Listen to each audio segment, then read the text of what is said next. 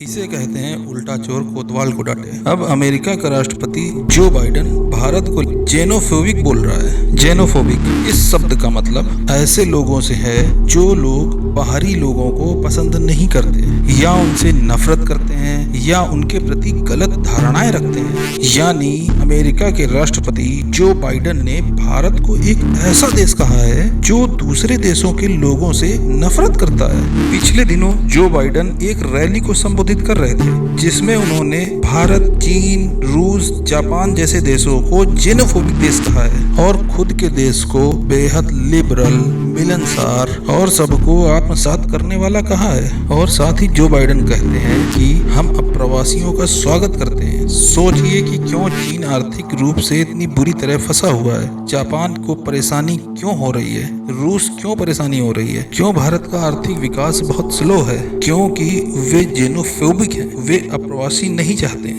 यानी बाइडेन के मुताबिक चीन, जापान, भारत में जेनोफोबिया की वजह से विकास नहीं हो पा रहा है या विकसित नहीं हो पा रहे हैं। यहाँ एक बात आप गौर करिएगा कि बाइडेन साहब कितनी बायर्स सोच रखते हैं। इस वीडियो में आगे चलकर इस सोच के बारे में समझेंगे। और बाइडेन यही नहीं, यह भी कहते हैं कि ये देश जेनोफोबिया की भावना की वजह से माइग्रेशन के नाम से डरते हैं। अब माइग्रेशन क्या है? माइग्रेशन एक ऐसी प्रक्रिया है जिसमें एक स्थान से लोग निकलकर दूसरे स्थान पर बसने जाते हैं। यह अस्थायी, स्थायी परिवर्तन हो सकता है। माइग्रेशन कई कारण हो सकते हैं, जैसे कि आर्थिक अवसरों की तलाश हो, सामाजिक टकराव हो, या राजनीतिक उत्पीड़न से बचना हो, या बेहतर खान पान, रहन सहन उसकी व्यवस्था करने के लिए परिवार के साथ कहीं बस जाना हो। अब यहाँ पर अमेरिका का राष्ट्रपति दूसरे देशों के बारे में क्या कहता है हमें फर्क नहीं पड़ता है, लेकिन भारत के विषय में बकवास करने से पहले किसी को भी अब 100 बार सोचना पड़ेगा, क्योंकि अब सरकार के साथ साथ यहाँ की जनता भी जागरूक हो रही है। वो भी अब सोशल मीडिया की ताकत से अब वैश्विक मुद्दों पर भारत का प्रतिनिधित्व करती है।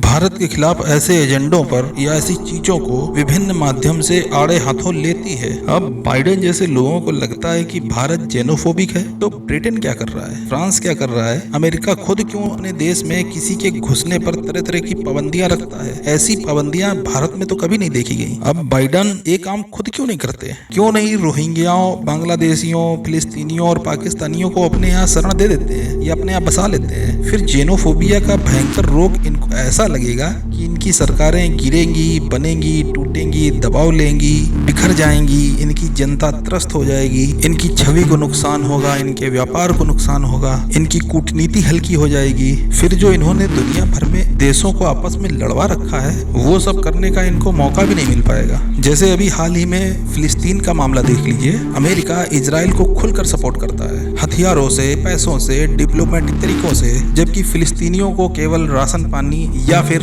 सहानुभूति भरी बातें और बयान ही देता है। अब इस माइग्रेशन नामक चिड़िया ने इन देशों को ऐसे कंडीशन में पहुंचाना शुरू कर दिया है कि यहाँ पर इनकी यूनिवर्सिटियों में भारत की तरह धरने, प्रदर्शन, हड़ताल, एंटी कंट्री नारे सब होने लगा है। अब बात करते हैं अपने देश भारत की। भारत हजारों वर्षों से वसुधैव कुटुंबकम को फॉलो करता आया है। जब पश्चिमी देश आदिम जीवन जी रहे थे तब से भारत शताब्दियों से तक्षशिला, विक्रमशिला, नालंदा जैसे दर्जनों विश्वविद्यालयों को संचालन करता आया है और आम लोगों और विदेशियों को ज्ञान और सभ्यता देता आया है। साथ ही इतिहास उठा करके देख लीजिए, व्यापार के लिए विदेशी भारत को खास महत्व देते थे, भारत से व्यापार के लिए मार्ग खोजे जाते थे। अब भारत की लिबरल वसुधैव कुटुंबकम जैसी भावना को समझिए। यह भावना कितनी लिबरल, कितनी ग्लोबल और कितनी सेकुलर सोच से भरी हुई है कि फारसी, यहूदी, वहाबी जैसे समुदाय जो विश्व में हर जगह प्रताड़ित थे वो अपना अस्तित्व भारत में आकर सुकून से बचा पा रहे हैं। और अमेरिका जैसा देश जिसकी विदेश नीति इतनी खूनी रही है कि इसके प्रभाव में कई देश और कई समुदाय तबाह और बर्बाद हो गए। और यह बात विश्व के हर समुदाय, खासकर एशियाई क्षेत्र के लोगों को अच्छे से समझ लेनी चाहिए कि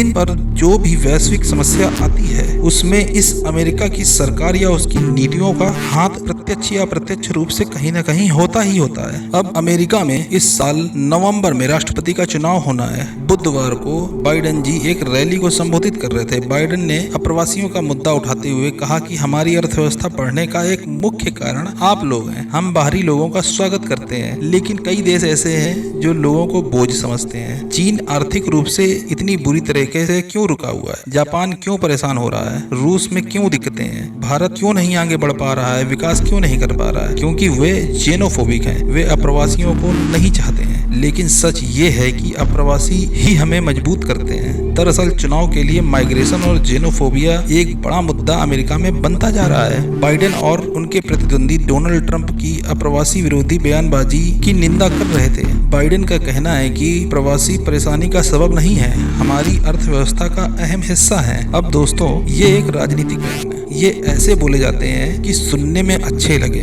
और एक तीर से कई शिकार कर दें।